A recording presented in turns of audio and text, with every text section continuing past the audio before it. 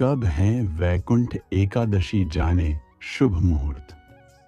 आज इस लेख में हम बात करेंगे दक्षिण भारत में परम आस्था के साथ मनाई जाने वाली वैकुंठ एकादशी के बारे में।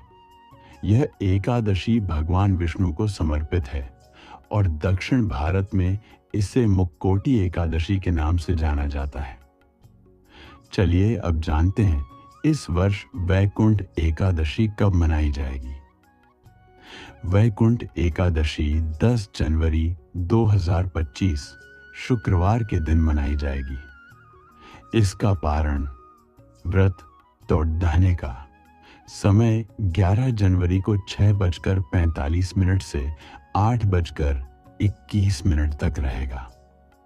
पारण तिथि के दिन द्वादशी समाप्त होने का समय 8:30 एकादशी तिथि प्रारंभ 9 जनवरी 2025 को 12:22 PM बजे से, एकादशी तिथि समाप्त 10 जनवरी 2025 को 10:19 तक। तमिल कैलेंडर के अनुसार धनुर्मास में शुक्ल पक्ष की एकादशी को वैकुंठ एकादशी मनाई जाती है। हिंदू कैलेंडर के अनुसार यह पौष मास के शुक्ल पक्ष की एकादशी तिथि होती है। भारत के एक और दक्षिणी राज्य केरल में भी इस एकादशी तिथि को बहुत महत्वपूर्ण माना जाता है और मलयालम कैलेंडर के अनुसार इसे स्वर्गवथिल एकादशी के नाम से जाना जाता है। हमारे देश में किसी भी हिस्से में एकादशी पर किए गए व्रत के पारण को बहुत महत्वपूर्ण बताया गया है और एकादशी व्रत का पारण अगले दिन द्वादशी तिथि पर हरिवासर की अवधि समाप्त होने के बाद ही किया जाता है। चलिए इस अब विशेष दिन पर होने वाले विशेष अनुष्ठानों के बारे में भी जानते हैं। तमिलनाडु, आंध्र प्रदेश और केरल में मुख्य रूप से मनाई जाने वाली इस एकादशी पर भगवान विष्णु के भक्त उनके लिए उपवास रखते हैं, रात्रि में जागरण करते हैं और मंदिरों में बनाए गए वैकुंठ द्वारम से गुजरते हैं। इन सभी कार्यों को बहुत शुभ माना जाता है।